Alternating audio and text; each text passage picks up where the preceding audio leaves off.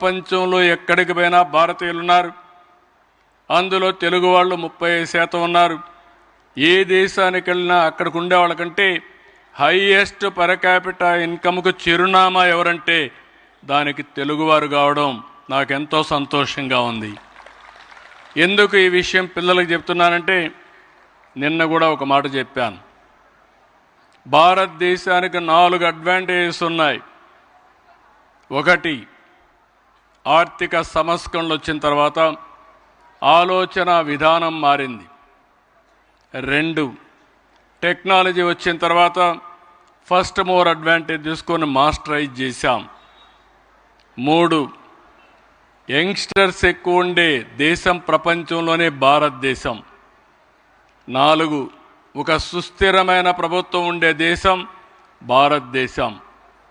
ఈ 4 మనకు అనుకూలంగా ఉన్నప్పుడు మీరందరూ గుర్తుపెట్టుకోవాల్సింది, మనకు ట్రెడిషనల్ వాల్యూస్ ఉన్నాయి. ప్రపంచంలో ఏ దేశంలో కూడా ఇన్ని మంచి విలువలు ఉండే దేశం ఏదీ లేదు. ఈరోజు మీరు ఇక్కడ చూశారు బ్యూటిఫుల్గా. ఒకప్పుడు మేము ఏదైనా యాన్యువల్ డే పెట్టాలంటే ఒక డయాస్ వేసి ఆ డయాస్ మీద ఇలాంటి సాంస్కృతిక కార్యక్రమాలు నడిపేవాళ్ళం. ఈరోజు షో టైం, మన పిల్లలే బ్యూటిఫుల్గా కల్చరల్ ప్రోగ్రామ్ చూస్తే వీళ్ళు మన పిల్లల అనే విధంగా షో టైం వీళ్ళు కలిసి క్వాలిటేటివ్ సాంస్కృతిక కార్యక్రమాలు చేశారంటే అది టెక్నాలజీ ప్రభావం. అందుకే నేను మిమ్మల్ని అందరినీ కోరేది, మోడర్న్ టెక్నాలజీ అలవాటు చేసుకోవాలి. ఇంకో పక్క గ్లోబల్ నాలెడ్జ్ని ఎప్పటికప్పుడు అధ్యయనం చేసుకోవాలి. మన విలువల్ని మనం కాపాడుకుంటూ నాలెడ్జ్ ఎకానమీలో ముందుకు పోతే మీరు అనుకునేది ప్రపంచంలో సాధించలేనిది ఏదీ లేదు. మీకు ఒక ఇది ఉండాలి. స్టూడెంట్స్కి అందరికీ చెప్తున్నా, మీకంటూ ఒక గోల్ సెట్ చేసుకోవాలి. అక్కడ ఎలిమెంటరీ స్కూల్ పిల్లలు ఉన్నారు, హై స్కూల్ పిల్లలు ఉన్నారు, ఈ పక్క డిగ్రీ జూనియర్ కాలేజ్ పిల్లలు ఉన్నారు. మీరు కరెక్ట్గా ఇంకొక 6-7 సంవత్సరాల్లో బయట ప్రపంచానికి క్యారియర్ ప్రారంభిస్తారు. కొంతమంది 3 ఏళ్ళలో 4 ఏళ్ళలో, కొంతమంది 6-7 ఏళ్ళలో. ఇక్కడిచ్చే విద్య ఒక యాంగిల్, ప్రపంచంలో ఉండే నాలెడ్జ్ అంతా కూడా మీకు అందుబాటులోకి వచ్చే పరిస్థితికి వచ్చింది. మీకు ఏ కోర్సు కావాలన్నా చేసే పరిస్థితికి వస్తున్నారు. ఈరోజు ఇంకొక విషయం కూడా మీరు గుర్తుపెట్టుకోవాలి. భవిష్యత్తులో కొన్ని యూనివర్సిటీస్ కానీ గవర్నమెంట్స్ కానీ యూజీసీ కానీ అందరూ కలిసి కొన్ని వందల సబ్జెక్ట్స్ని ఆన్లైన్ కోర్సెస్గా పెట్టి ఓసారి ఆ యూనివర్సిటీ ఆధారంగా ఏ డిగ్రీ కావాలన్నా డిగ్రీ ఇచ్చే పరిస్థితి వస్తున్నారు.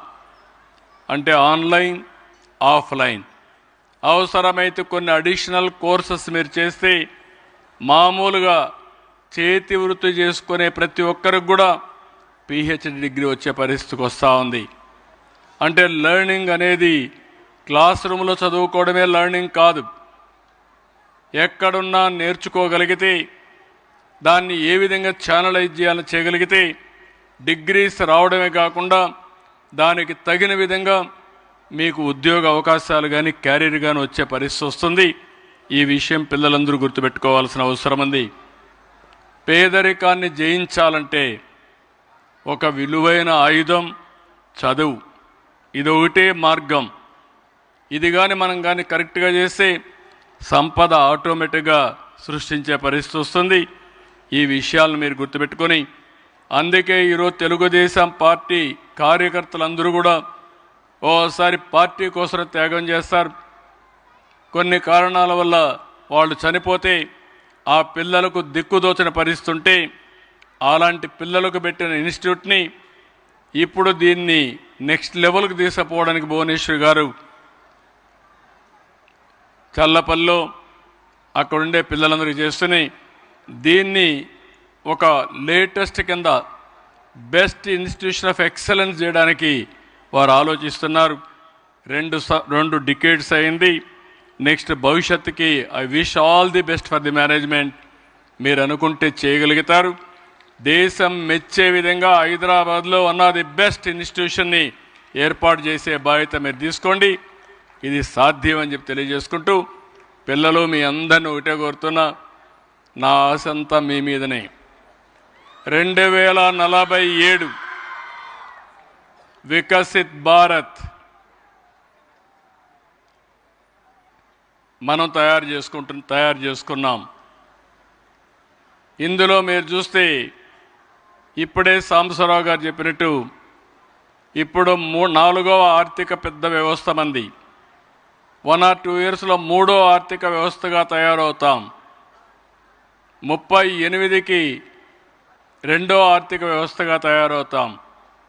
47కి ప్రపంచంలోని నెంబర్ 1 ఆర్థిక వ్యవస్థగా తయారు కావడమే కాకుండా భారతీయులు ప్రపంచంలోనే నెంబర్ 1గా ఉండే అవకాశాలుంటాయి.